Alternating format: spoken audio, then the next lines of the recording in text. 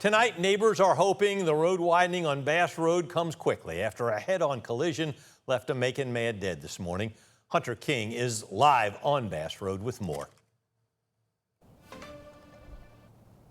Yeah, Frank, this road out here on this stretch is 2 lanes only, 1 lane in each direction. And this morning, that spelled tragedy for a man in his truck. Now, what we heard is that this was a split-second decision to avoid another car, which then led to that deadly crash.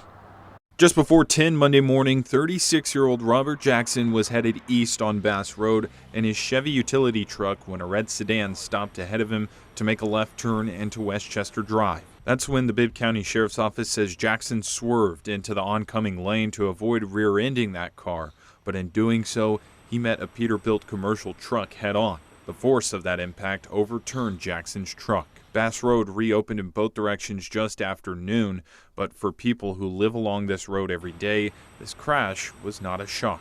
It wasn't a surprise that something like this could happen because of the traffic that's on this road. Murphy says the combination of heavy traffic, busy business driveways, and the speed limit make this corridor dangerous. I think the speed limit through here should be lowered because of the traffic.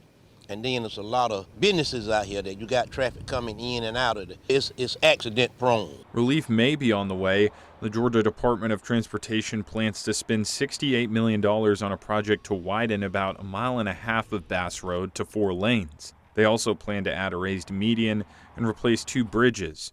A right-of-way acquisition process is underway for more than 40 properties, according to GDOT, but the construction isn't expected to begin until 2028. Speed limit drop. It really, in this area out here, I think 25 miles an hour is fast enough.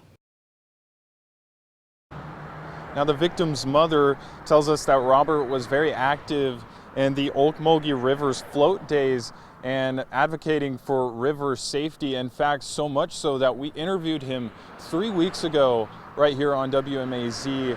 And so when we heard this news today, it was very tragic. We also heard that he owned his own tile company and he lived right here in Macon.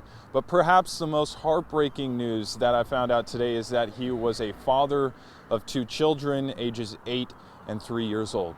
Reporting live in North Macon, Hunter King, 13 WMAZ News. All right, Hunter, thanks very much. And the traffic problems on Bass Road could get even worse. Macon Bibb's zoning, planning and zoning will meet next Monday about that proposed Costco.